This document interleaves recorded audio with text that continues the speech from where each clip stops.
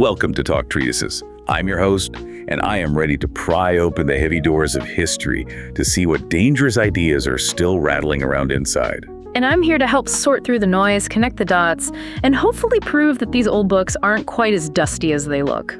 Today, we are stepping into the ring for what might just be the heavyweight title match of ancient philosophy. We're opening up the file on Plato's Protagoras. Oh, absolutely. This isn't just a dialogue, it's a showdown. And when I say title match, I mean it. This is not some polite conversation over tea. It's a brawl. It really is. It's the rumble in the jungle of the 5th century BC. Seriously, the intellectual energy is just... it crackles. In the red corner, we have the young, scrappy challenger, the master of annoying questions, the man who claims to know nothing, Socrates. And in the blue corner, the reigning champion. The most famous, most expensive, most dazzling intellectual celebrity of the ancient world, Protagoras. And the stakes of this fight are just incredibly high. They aren't just arguing about, definitions or semantics. They are arguing about the operating system of society itself. That's it. The core question on the table is one that parents, teachers, and politicians are still losing sleep over today. Can virtue be taught? It sounds like a simple academic question until you actually rephrase it. If virtue, being a good person, a capable citizen, a just leader, if that can be taught, then we can engineer a perfect society. We can make people good, just like we can make them into carpenters or doctors. It becomes a technology. But if it can't be taught, if it's just something you're born with, or something you catch like a cold, then what are we even doing? Exactly. If it's not teachable, then civilization is essentially a lottery. We're just crossing our fingers and hoping our neighbors turn out to be decent people. But if it is teachable? It's a technology. And Protagoras, the man we're meeting today, he claims he owns the patent on that technology. So let's set the scene. We are in Athens. It's the golden age. The Parthenon is sparkling new. Pericles is in charge. The city is just buzzing with energy, with money, with ideas. And there's this new phenomenon sweeping through the streets called the sophists. Right. And today, if I call you a sophist, I'm insulting you. It means you're using fancy words to lie or manipulate. But that's not quite what they were back then. No, not entirely. You have to imagine a world before universities, before masterclass, before TED Talks. Right. If you were a wealthy young man in Athens and you wanted to be powerful, if you wanted to lead the army or sway the assembly traditionally, you just had to be born into the right family and hope your dad taught you the ropes. The old boys network. Precisely. But then these strangers start arriving in town, the sophists. They were essentially traveling professors, but think of them more like, high-end management consultants or celebrity life coaches. That's a great analogy. They claimed that success was a skill. Rhetoric, management, debate, leadership, these were technical skills. And for a very, very high fee, they would sell those skills to you. So they were kind of democratizing power, but putting a very heavy price tag on it. They were selling arete. That's the Greek word we usually translate as virtue. But in this context, it really means excellence or success. And Protagoras was the king of this movement. The undisputed king. He was the first person to openly charge money for wisdom. He was famous.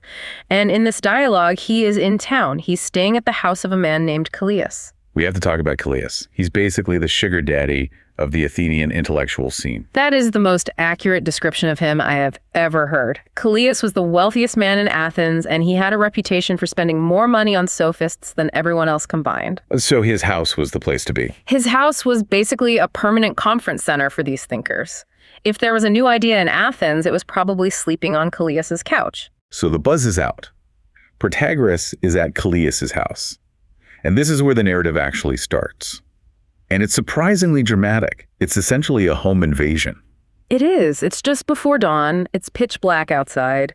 Socrates is asleep in his bed, minding his own business. And suddenly there's this violent banging on his door. Someone is screaming his name. It's this kid, Hippocrates. Right, Hippocrates. And you have to picture him. He's young, he's from a good family, he's ambitious, and he is completely starstruck. He rushes in, fumbling around in the dark, and literally feels around for Socrates' bed so he can sit at his feet. He's frantic. And Socrates is, groggy, asking, "What? Has someone stolen something from you? Is the city being attacked?" And Hippocrates says, "No, Protagoras has come." To Hippocrates, that is bigger news than an invasion. It's like his favorite rock star is in town for one night only. He tells Socrates, I'm ready to pay him. I'll spend my own money. I'll spend my friend's money. I'll spend whatever it takes. Just introduce me. I want him to make me wise. It's the ancient equivalent of a kid stealing his parents' credit card to buy a guru's online course. He is desperate for the product, whatever it is. And this triggers the first major philosophical insight of the book. Socrates sees this kid as overheating, so he drags him out into the courtyard to walk it off while they wait for the sun to come up. And he gives him what I call the consumer protection warning for the mind. This is the section about the soul merchant. Socrates starts asking those trademark annoying questions. Of course. He says, okay, Hippocrates, if you go to a doctor and pay him, what do you become? Hippocrates says, a physician. If you go to a sculptor, what do you become? A sculptor. Logical enough? So if you go to Protagoras the sophist, what do you become? And Hippocrates blushes. Plato specifically mentions the blush because the answer, logically, is the sophist. And that's not a good look for a respectable young man. No. In respectable Athenian society, being a professional sophist was seen as a bit distinct. It had a connotation of being a hustler, a peddler of tricks. Hippocrates wants the skills, he wants the power, but he recoils at the identity. But Socrates pushes harder. He drops this analogy about food versus knowledge. And this part really stuck with me because it feels terrifyingly relevant to how we consume content today. It's the jar analogy. It's so powerful. Walk us through it. Socrates says, look, if you go to the market and buy food or wine, even if you buy it from a shady merchant, you can carry it home in a jar. You don't have to eat it immediately. You have a buffer zone. A quarantine. Exactly. You can take it home, put it on the table, and call an expert, maybe your doctor or a chef, and ask, hey, is this safe to eat? You can get a second opinion. But with knowledge. There is no jar. You can't carry a lecture home in a bucket. The moment you pay the sophist and he starts talking, the idea enters your soul. You digest it instantly. There is no filter. That's a chilling thought. It is. If the idea is good, you're benefited. But if the idea is bad, if it's poison, you are harmed immediately. And the worst part is, you might not even know you're sick. That is the scary part. If I eat bad shellfish, I know within an hour. My body rejects it. Right. But if I absorb a toxic ideology or a bad mental model or a corrupt definition of justice, I don't throw up. I might actually feel smarter. I might feel empowered. But I've actually corrupted my ability to reason. That is exactly Socrates' point. He is telling Hippocrates, you are about to hand over your mind, your most precious asset, the thing that controls everything else you do, to a foreigner you've never met, to teach you things you don't even understand, and you haven't even asked for a second opinion. It's a warning against unmediated information. It's caveat emptor for the brain. Absolutely. But Hippocrates is young and stubborn, and he probably thinks Socrates is just being an old buzzkill, so they go anyway. They head over to Callias's house. And the scene when they arrive is pure comedy. Plato writes this like a sitcom. It's hilarious. What happens? They get to the door, and the doorman is a eunuch. Now imagine this poor guy. His master, Callias, has filled the house with philosophers for weeks. They're eating all the food, arguing in the hallways, making a mess. He's had enough. He's totally over it. The eunuch opens the peephole, sees Socrates and Hippocrates, assumes they're more sophists coming to mooch, screams, he's not home, and slams the door right in their faces. They actually have to plead through the wood. No, we're not sophists. We just want to see Protagoras. It's such a human moment.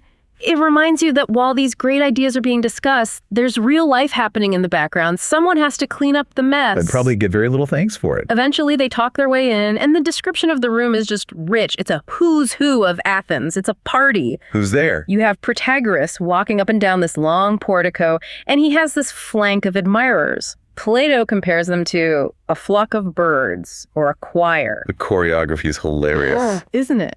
Every time Protagoras reaches the end of the hall and turns around, the listeners split down the middle, wheel around in perfect formation, and fall in behind him again, so they never block his path. It's almost cult-like. It just emphasizes the mesmerizing power these guys had. He's the sun, and everyone else is just orbiting. You may see Hippias, another famous sophist. He's sitting on a literal throne answering questions about physics and astronomy like some kind of oracle. And then there's Prodicus. Poor Prodicus. What was his deal? He's still in bed. It's morning, and he's still in bed. He's wrapped up in sheepskins and blankets, and he's got a group of students sitting on the bed with him. So he's just holding court from under the covers. Yes, and Plato says his voice is so deep and booming that it creates an echo in the small room, so you can't actually understand a word he's saying. It's a circus of intellect. And we should mention, some of the people in that room, Alcibiades, Critias, these are young men who eventually destroy Athens. That is the dark irony hanging over the whole book. Prometheus becomes one of the 30 tyrants who execute citizens without trial. Alcibiades becomes a traitor who defects to Sparta. So we're watching a discussion about, can virtue be taught, in a room full of people who turn out to be historically famous for lacking virtue. Exactly. The reader knows what happens to these people, even if the characters don't. It makes the question life or death. So Socrates cuts through the noise. He walks up to Protagoras. He doesn't waste time. Nope. Straight to the point. He introduces Hippocrates and says, this young man wants to make a name for himself in the city. He wants to know, if he pays you, what will happen to him? And Protagoras gives a very fascinating answer. He starts by distinguishing himself from the past. He says, look, the sophist art is ancient. Homer, Hesiod, Simonides, they were all sophists, but we hid it. They disguised it. Right. They pretended to be poets or musicians or prophets because they were afraid of the envy of the powerful. They were scared to admit they were selling wisdom. He's saying, I'm the first one to be honest about it. Exactly. He says, I admit I am a sophist and an educator. It's a bold move. He's claiming a kind of moral high ground through transparency. And then he makes his pitch. He tells Hippocrates, if you come to me on the very first day, you will go home a better man. And the second day, better still. Which is a great marketing slogan. But Socrates, being Socrates, presses him. Better at what? The crucial question. If you go to a painter, you get better at tainting. If you go to a flute player, you get better at the flute. What does a sophist make you better at? Protagoras replies, prudence in affairs private and public. Essentially, good judgment. So life skills, leadership skills. Exactly. He claims he can teach a man how to manage his household and how to be a powerful, effective leader in the state. He is claiming to teach political virtue. And here is where the battle begins. Because Socrates looks this famous expert in the eye, a man who has made a fortune selling this product, and says, I don't think that's teachable. Imagine telling a heart surgeon that you don't believe surgery is a real thing. That's what Socrates just did. He isn't just disagreeing, he is attacking the entire business model. So Socrates lays out his evidence. He gives two main arguments. First, the Athenian assembly argument. Let's break that down because it says a lot about how they view democracy. Right. Socrates says, look at our democracy. When the assembly needs to build a ship or a temple, who do they call? The experts. They call shipwrights or architects. If a non-expert, some random guy, stands up and tries to give advice on how to build a wall, the crowd laughs at him and boos him off the stage. They recognize technical expertise. Okay, so they respect experts in craft. But when they are discussing matters of state war, peace, laws, justice, anyone can stand up. A carpenter, a cobbler. A merchant, a rich man, a poor man. And nobody boos them for not having a degree in statecraft. And Socrates' interpretation of that is? He interprets this to mean that the Athenians, who he says are wise people, believe that political virtue isn't a specialized skill. It's something everyone just sort of has or picks up naturally. And then he drops his second argument, the great men argument. This one is more personal, more pointed. He points to Pericles, the greatest statesman of the age, a political genius. And his sons. Exactly. Pericles raised two sons. He gave them the best writing instructors, the best music teachers, the best gymnastics coaches.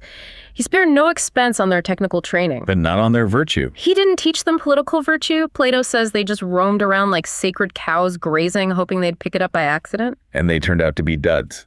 Completely unremarkable, Socrates says. If virtue could be taught, surely Pericles, who loved his sons and had all the resources in the world, would have taught them. The fact that he didn't proves that it's not a subject you can study. It proves to Socrates that virtue is luck, or it's divine. But it's not a subject you can put on a syllabus. It's a devastating critique. He's attacking Protagoras' product and his customer base simultaneously.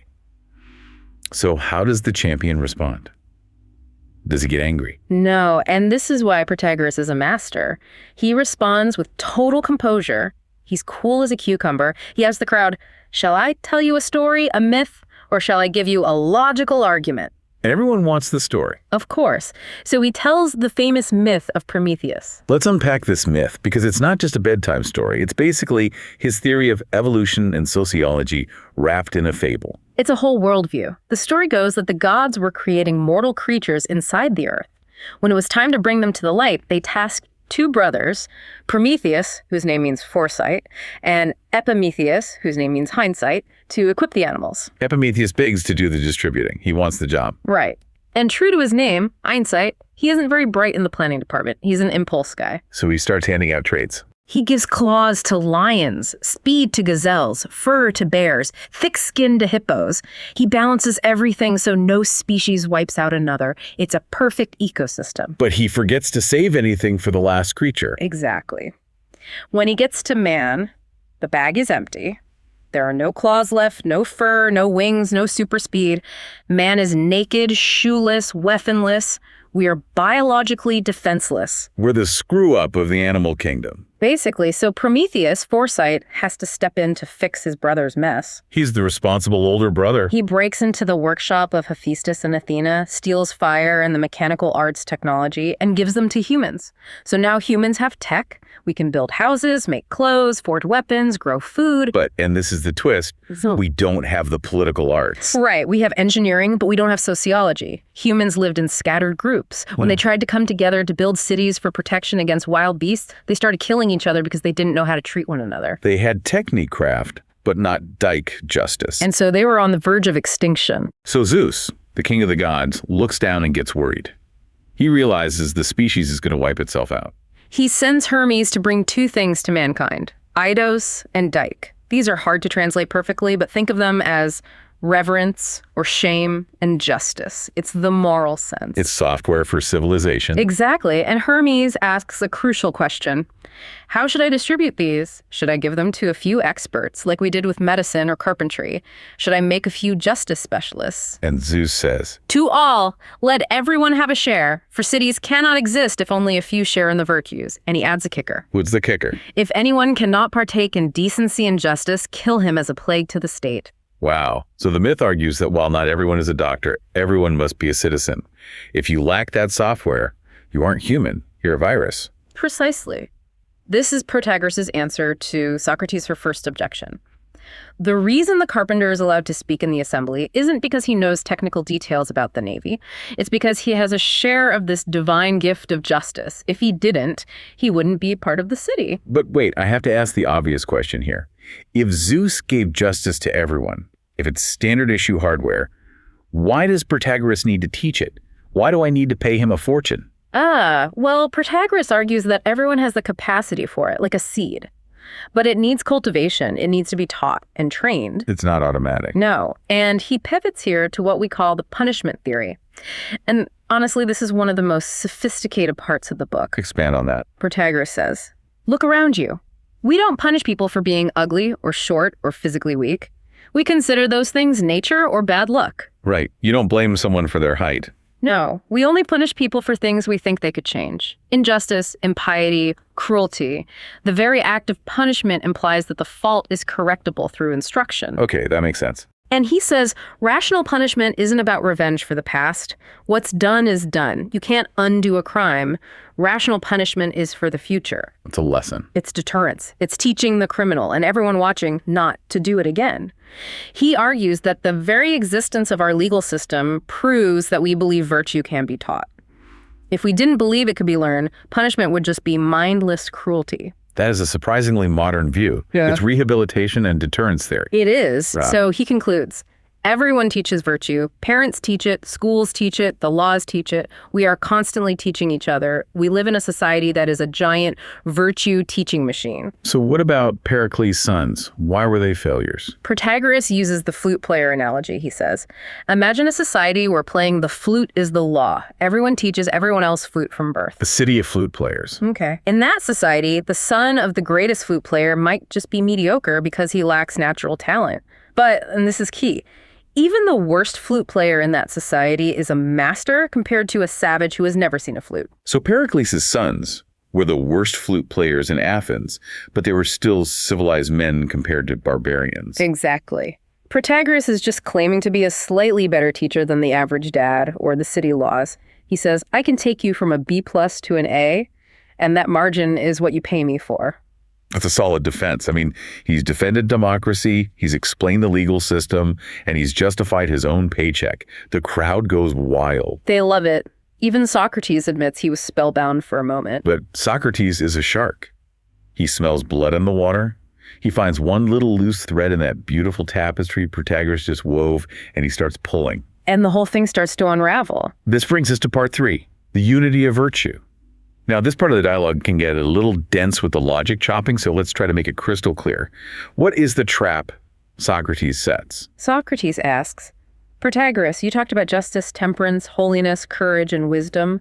Are these 5 different things, or are they just 5 names for the same thing? And Protagoras walks right into it. He says they're different. He says, they are different, like the parts of a face.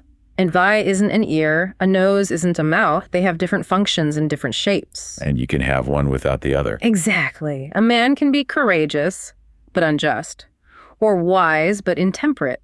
This is his position. That seems like common sense. I mean, we all know people like that. I know plenty of brave crooks. I know plenty of smart people who have no self-control. It is common sense. But Socrates wants to prove the gold theory. He wants to prove that all virtues are like pieces of gold, the same substance differing only in size or shape.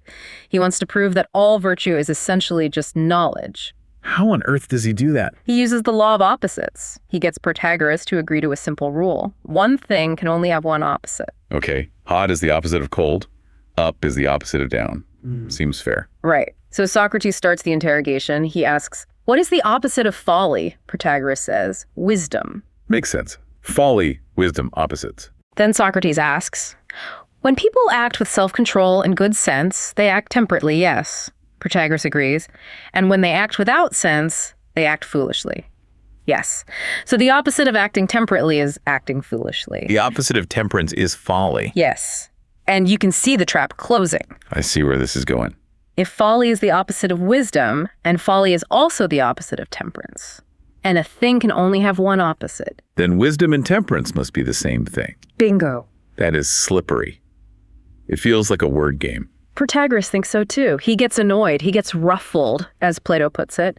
He starts giving these long, flowery speeches about how good is complicated, how oil is good for skin but bad for plants, how manure is good for roots but bad for leaves. He's trying to escape the trap. He's trying to escape the binary logic trap by adding nuance. He's a relativist. He hates these black and white cages Socrates is building. And Socrates pulls a total diva move here. He says, oh, I have a bad memory. I can't follow these long speeches. If you won't answer in short sentences, I'm leaving.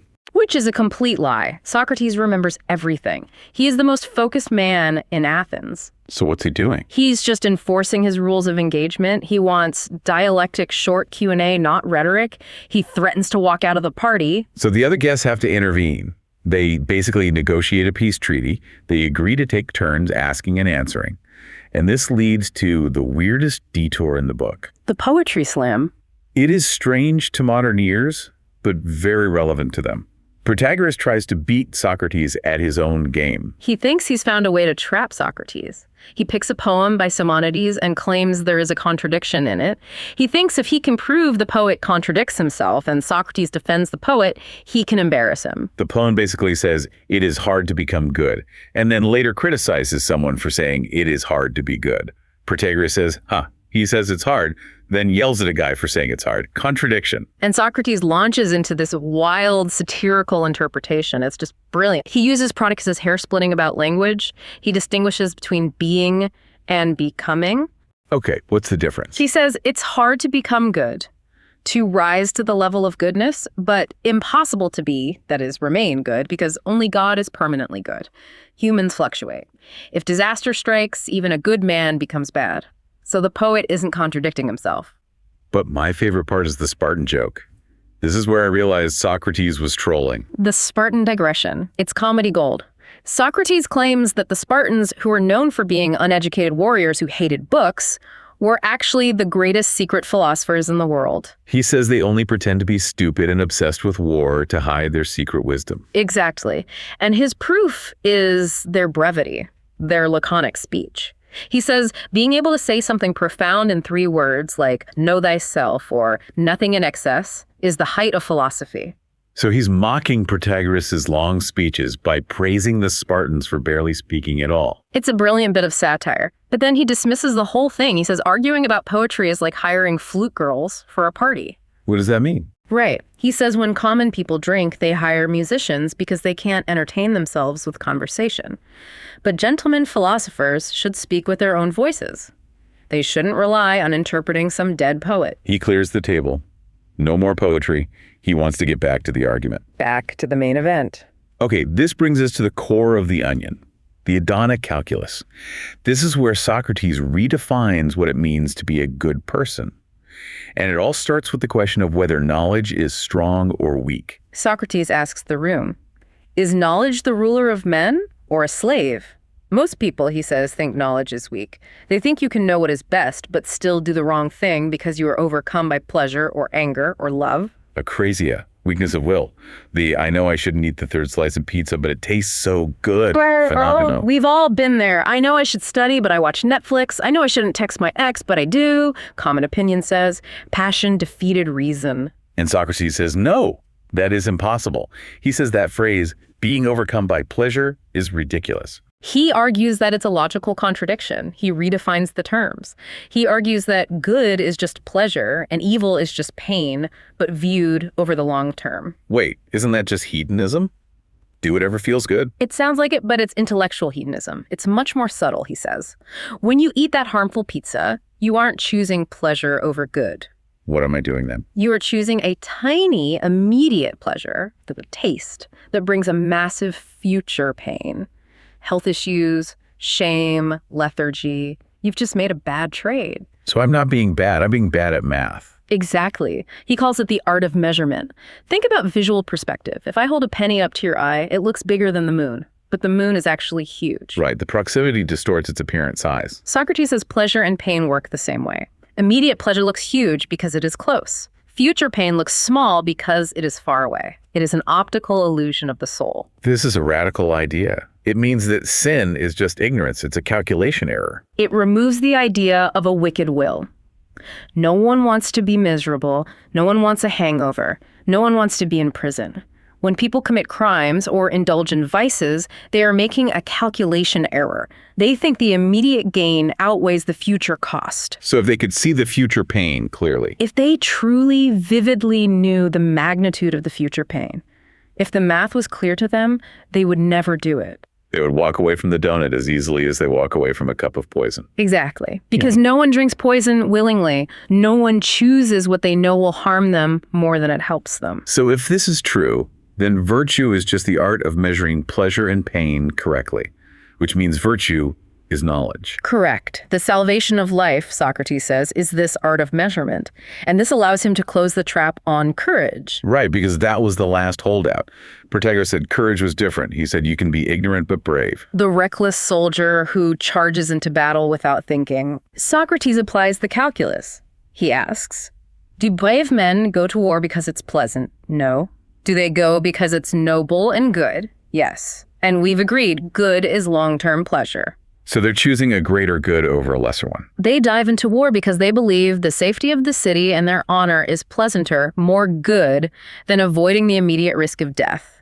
They've done the math correctly. I'm the coward. The coward runs because he overestimates the pain of fighting and underestimates the pain of disgrace and a conquered city. He has the wrong equation. He's suffering from an illusion. So courage is just correct knowledge about what is and isn't scary. Yeah. Cowardice is ignorance. Yes. Which means courage, justice, temperance, wisdom. They're all just the art of measurement. They're all knowledge. The gold is all the same substance. It's all gold. And here is the twist ending. The great reversal. I love how Socrates points this out at the end, almost like he's winking at the reader. It is the perfect sitcom ending. Socrates says, look at us. We've completely swapped positions. This is hilarious. Protagoras started by saying, I can teach virtue. But he argued that virtue was a set of habits and instincts, not strict knowledge. And if it's not knowledge, if it's just instinct, it can't really be taught systematically. It's just conditioning. So Protagoras undermined his own business model. And Socrates started by saying, virtue can't be taught. But he spent the whole night proving that virtue is pure knowledge. And if it's knowledge, it must be teachable. If it's math, you can write a textbook for it. You can hire a tutor. So Socrates, who argued it couldn't be taught, proved it was teachable. And Protagoras, who claimed to teach it, argued it wasn't the type of thing you could teach. So did Socrates win? In a way, yes. He proved the unity of virtue, but he admits confusion. He says, we still don't know what virtue is. They end in aporia perplexity. They agree to meet again. But the landscape has changed. The landscape has totally changed. Yeah. We now know that being a good person isn't about just following rules or having good intentions. It's about seeing reality clearly. It's an intellectual challenge. It's a fascinating place to land. It suggests that if we want a better society, we don't just need better hearts. We need better calculators. We need better foresight. Which brings us to our thought experiments. And before we dive in, the standard disclaimer. These are hypothetical scenarios for entertainment and educational purposes only. We're just exploring the ideas. Let's do it. Thought experiment number 1, the AI Art of Measurement app. Or the Socrates lens. Right. Socrates argues that we only do evil because of an optical illusion. Future pain looks small.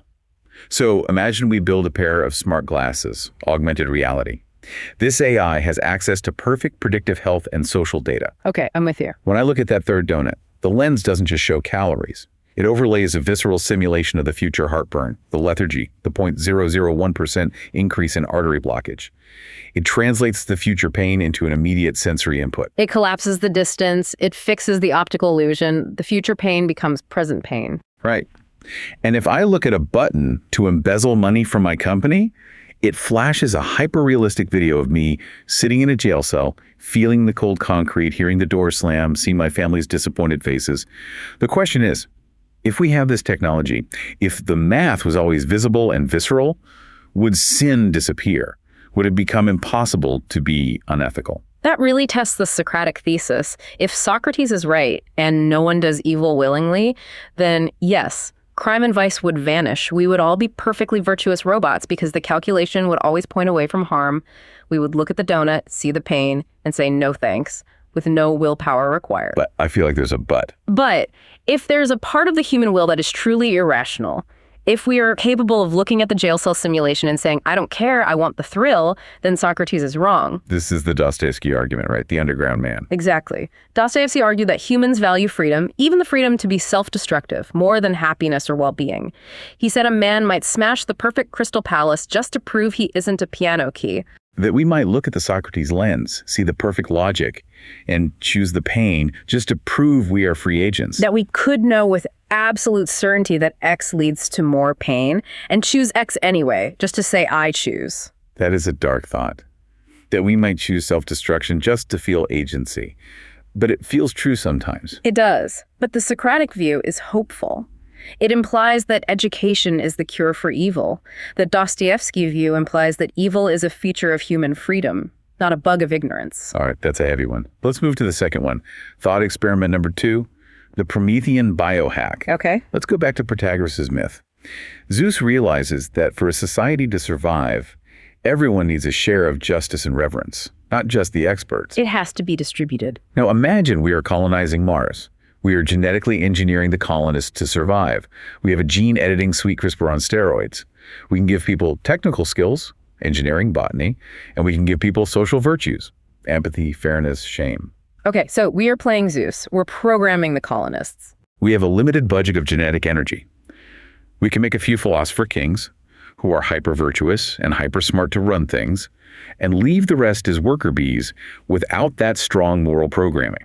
So a ruling class with a conscience and a working class without one. Or we can dilute the virtue gene and ensure every single colonist has a baseline level of decency and justice, even if it means no one is a moral superstar. What do? Protagoras would say you have to distribute it. If you don't give it to everyone, the colony will kill itself. Why? Wouldn't it be more efficient to have specialists in morality, just like you have specialists in hydroponics? I don't think so. If you create a caste of super just rulers and amoral workers, the workers won't understand the laws. They won't feel a stake in the society. They would follow orders out of fear or for reward, but they wouldn't have any internal motivation to cooperate. They wouldn't be citizens. They'd be subjects or tools. Right. And without that internal sense of justice, without that share of the divine gift, they would eventually eat each other or kill the leaders. You'd need a police state to control them, and that's incredibly inefficient and unstable. The democratic necessity argument holds up.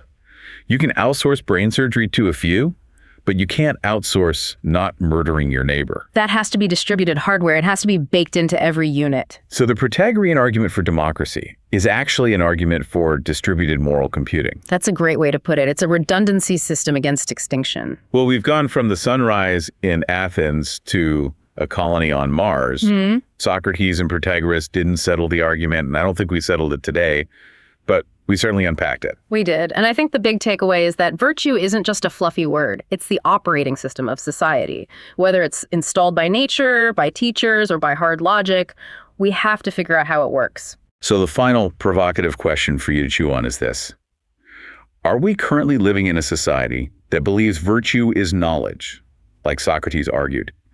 That all we need is more data, better education, more science to solve our social problems? Or are we living in a Protagorean world where we believe virtue is a set of habits, a social contract, something we absorb from our culture and enforce through laws and social pressure? Where do you think we put our faith? In the expert's calculation or in the collective instinct? Something to think about. Absolutely. Thank you for joining us on this deep dive into the Protagoras. Keep asking questions. Keep checking your soul's food before you swallow it. And watch out for the eunuch at the door. See you next time on Talk Treatises.